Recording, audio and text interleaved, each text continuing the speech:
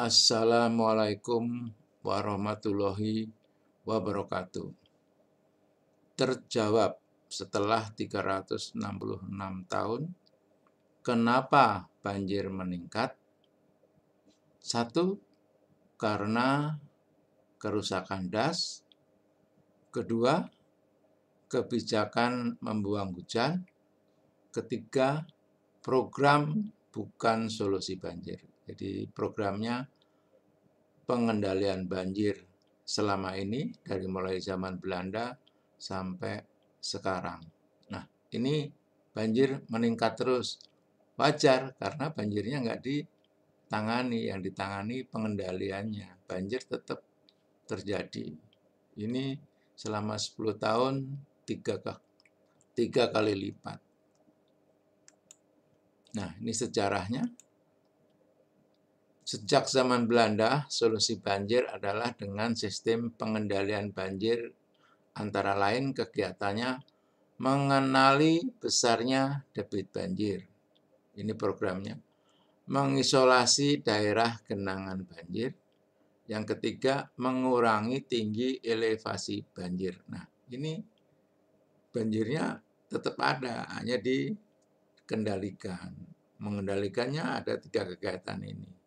Ini selama ratusan tahun tadi, mulai zaman Belanda sampai sekarang. Ini yang membangun banjir Kanal Barat selesai dibangun pada tahun 1919 oleh Van Brien. Ini penyebabnya sama nih, Robert M. de Linon. Jadi penyebab banjir ya, seorang pakar hidrologi dari Pusat Penelitian Geoteknologi Lembaga Ilmu Pengetahuan Indonesia LIPI. Pada tahun 2014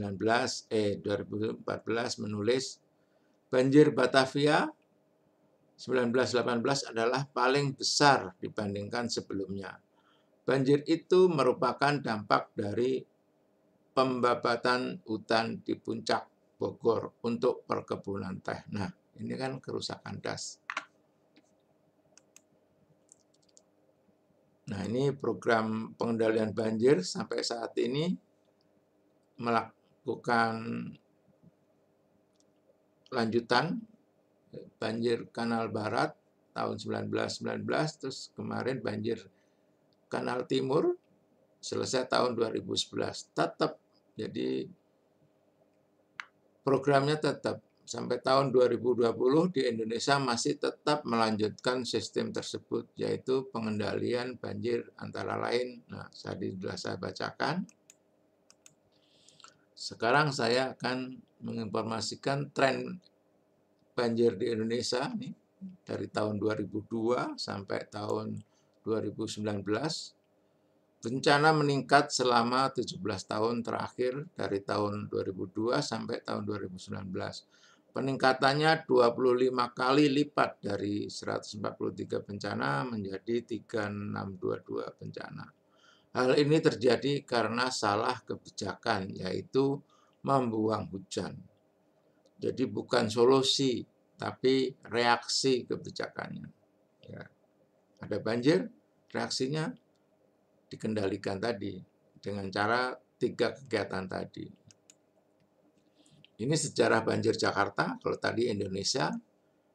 Ini Jakarta dari 1654 sampai 2020, 366 tahun. Jadi 7 kali terjadi banjir periode 1654 sampai 1979 selama 325 tahun. Nah, ini berarti banjirnya setiap 46 tahun jaraknya, frekuensinya. Ini 4 kali terjadi banjir, 79 sampai 2007. Ini selama 28 tahun. Jadi frekuensinya 7 tahun terjadi banjir. Ini frekuensinya. Setiap 7 tahun terjadi banjir. Kemudian 13 kali terjadi banjir 2007 sampai 2020 selama 13 tahun. Ini bahkan setiap tahun terjadi banjir. Dan setiap tahunnya tidak cuma sekali banjirnya, tapi berkali-kali. Ini kejadian di periode 2007 dan 2020.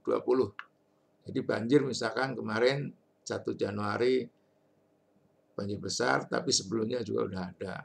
Setelahnya juga Februari ada banjir lagi. Jadi tiap tahun tidak sekali. Jadi tiap tahun terjadi banjir tapi berkali-kali. Ini terbukti peningkatan jalan terus karena banjirnya tidak ditangani. Nah, ini secara kronologis urutannya seperti ini. Secara banjir 16 kejadian banjir. Nah, seperti ini makin meningkat frekuensinya. Ya, penyebabnya ini satu, kerusakan das tadi sudah diceritakan oleh Robert tadi dari LIPI, penebangan hutan, yang kedua pembakaran hutan. Ini berlangsung sampai saat ini masih dilakukan oleh bangsa Indonesia ini. Nah, terbukti 72% hutan asli Indonesia telah hilang. Kemudian ini ada pernyataan yang lebih baru lagi, Indonesia memiliki lebih dari 17.000 daerah aliran sungai yang tersebar di seluruh penjuru negeri. Menteri Lingkungan Hidup dan Kehutanan LHK Siti Nurbaya pernah menyatakan bahwa dari 17.000 das tersebut setidaknya 2.145 das perlu dibolehkan. Nah, ini yang benar. Jadi ada pemulihan das. Kemudian penyebab peningkatan banjir tadi, satu, dua, kebijakan membuang hujan. Nah, selama ini hujan selalu dibuang dari mulai Indonesia merdeka, ada lampiran 1 ini Peraturan Menteri Pekerjaan Umum nomor 12 PRT garis miring M 2014, ini sistem drainase perkotaan. Nah, ini sudah merubah dari paradigma lama drainase konvensional menjadi eco drainase. Tapi di sini membuktikan bahwa membuang hujan itu berdampak banjir. Ini saya bacakan. Konsep drainase konvensional paradigma lama adalah upaya membuang atau mengalirkan air kelebihan secepatnya ke sungai terdekat. Dalam konsep drainase konvensional, seluruh air hujan yang jatuh di suatu wilayah harus secepatnya dibuang ke sungai dan seterusnya ke laut. Dampak dari konsep ini adalah kekeringan yang terjadi di mana-mana, banjir, dan juga longsor. Halaman 3, lampiran 1 di peraturan. Nah, ini kebijakannya. Kebijakannya ini sudah berjalan sampai sekarang, karena sistem drainase perkotaan sampai sekarang juga masih menggunakan konsep drainase konvensional, walaupun sudah dirubah ini oleh peraturan menteri. Tapi implementasinya sampai 2020 tetap masih dilakukan. Jadi eco drainase belum dilaksanakan di Indonesia, walaupun peraturannya ada. Nah, seperti ini drainase konvensional itu membuat sungai akan menerima beban yang melampaui kapasitasnya yang bisa menyebabkan banjir di musim hujan. Yang kedua, menurunkan kesempatan bagi air untuk meresap ke dalam tanah yang bisa menyebabkan kekeringan di musim kemarau. Ya, karena hujan tetap. Fluktuasi kandungan air tanah musim kemarau dan hujan yang sangat tinggi yang bisa menyebabkan tanah longsor. Nah, ini alasan-alasannya kejadian secara ilmu hidrologi seperti ini. Hujan itu tetap, curah hujan rata-rata bulanan itu tetap. Yang ketiga, program bukan solusi banjirnya. Tadi sudah saya jelaskan, programnya bukan solusi banjir, programnya pengendalian banjir. Yang tadi 3 kegiatan yang sudah saya jelaskan ini nah program ini secara modul ya dari PU. Pada dasarnya kegiatan pengendalian banjir adalah suatu kegiatan yang meliputi aktivitas sebagai berikut. Satu, mengenali besarnya debit banjir. Nah, ini kegiatannya pengendalian banjir itu seperti ini. Mengenali besarnya debit banjir. Nah, ini berarti menghitung debit banjir yang terjadi tadi, ya banjir kala ulang istilahnya secara hidrologi. Kejadian banjirnya itu debit banjir rencananya berapa. akan diselesaikan melalui mengisolasi daerah genangan banjir. Nah, ini mengisolasi dampaknya yang terkena dampak tanggul atau membuat turap pancang beton seperti yang dilakukan di Kampung Pulau Jakarta, membuat tanggul mengamankan daerah yang terkena dampak. Yang ketiga, mengurangi tinggi elevasi air banjir. Nah, ini normalisasi sungai, pelebaran dan pengurukan sodetan. Nah, ini memang sampai saat ini yang dilakukan seperti ini. Jadi udah terikat oleh modul kegiatan tadi. Jadi kalau mau menanggulangi banjir ya harus dirubah, kebijakannya dirubah dan programnya juga dirubah. Nah, inilah rincian pengendalian banjir. Ada dua metode struktur dan metode non struktur. Ini metode struktur ini oleh PUPR. Nah, ini kegiatannya seperti ini, tapi kebanyakan di sistem perbaikan pengaturan sungai. Yang ini baru dilakukan di 5 tahun terakhir PUPR ini, membangun 65 bendung. Tapi rata-rata yang lalu itu mengerjakannya selalu di sungai. Nah, ini KLHK ini dulu-dulu belum dilakukan, ya hampir bisa dikatakan nol di sini nih. Penanggulangan bencana banjirnya itu di sini tidak dilakukan karena memang bukan kewenangan PUPR, kewenangan KLHK. Nah, sekarang ada kabar baiknya, KLHK sudah mulai melakukan programnya GNP-DAS, jadi Gerakan Nasional Pemulihan DAS. Baru dimulai 2019. Jadi memang sudah ada perbaikan, tapi pelaksanaannya belum kelihatan. Tapi sudah ada perubahan. Itulah. Nah, ini juga masih melakukan pengendalian banjir. Ini contohnya tahun 2020. Balai Besar Wilayah Sungai BBWS Serawi Opak akan membangun prasarana pengendalian banjir di kawasan strategis Yogyakarta International Airport. Pada daerah aliran sungai dasar kawasan strategis nasional.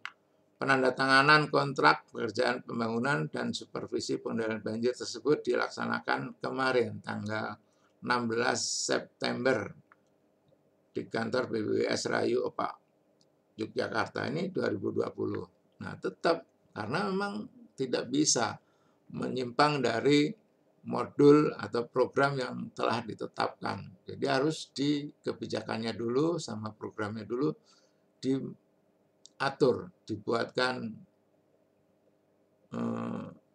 aturannya dulu, ditetapkan dulu. Karena kalau nggak dirubah melanggar, walaupun udah tahu itu salah ya tetap pakai ini. Pakai program, karena ini sudah ada ketentuannya, dasar hukumnya ada. Tapi kalau merubah tanpa dasar hukum nanti diperiksa, kena juga. Jadi memang serba salah, harus kebijakan dan programnya dirubah dulu, dijadikan acuan hukumnya. Nah, sebetulnya seperti ini. Bencana itu akibat perilaku manusia, perilakunya berlebih-lebihan tadi merusak hutan. Ini firman yang dilanggar adalah Al-Quran Surat Ar-Rum ayat 41, fakta kejadiannya merusak hutan, ditebang dan dibakar. Akhirnya hutan hilang 72%. Jadi solusi oleh KLHK ya ini tadi memperbesar resapan. Jadi Gerakan Nasional Pemulihan DAS. Kemudian targetnya koefisien residu sungai KRS lebih kecil dari 50, koefisien aliran tahunan ini run off lebih kecil dari 0,3. Ini targetnya. Kalau sesuai ini DAS tergolong baik, tidak kritis lagi yang tadi dikatakan oleh Menteri KLHK. Kemudian solusi oleh PUPR yaitu pengendalian run off. Jadi membuat waduk. Ini diresapkan kan ini. Udah ada SK-nya, udah ada permen PU-nya, diresapkan dan sifatnya mutlak. Nah, ini yang sekarang dilakukan 5 tahun terakhir tuh waduk dan ini. Dan yang ini belum sepenuhnya. Yang paling konsen sekali harusnya ini memanen hujan dari atap gedung dan rumah seluruh atap di Indonesia. Kemudian eco drainage ini yang sistem drainase perkotaan aturannya sudah ada, ini sampai saat ini juga belum dilaksanakan.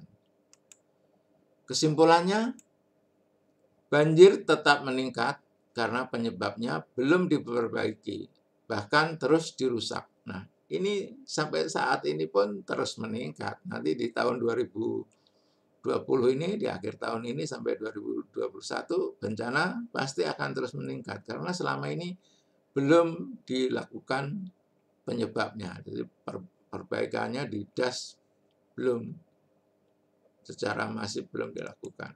Nah, solusinya ini baru dimulai di 2019, Gerakan Nasional Pemulihan Das.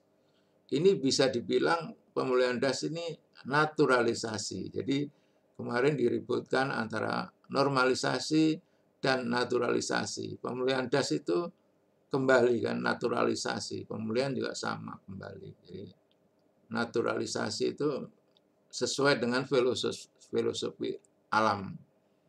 Jadi sebetulnya kemarin itu naturalisasi yang benar. Jadi normalisasi itu kan pengendalian, bukan solusi. Yang solusi ya pemulihan das ini, yaitu naturalisasi, memulihkan sesuai fungsi alam itu sendiri dalam keadaan serasi atau lingkungannya itu sesuai dengan aturan KLHK tadi. Jadi kebijakan pemerintah masih pengendalian banjir, bukan solusi banjir.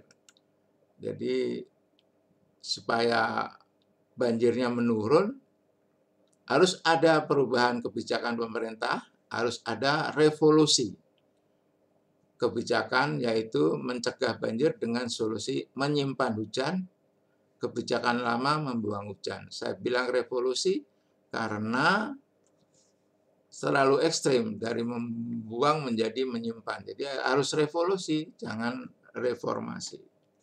Jadi yang harus dilakukan yaitu revolusi kebijakan dan revolusi program.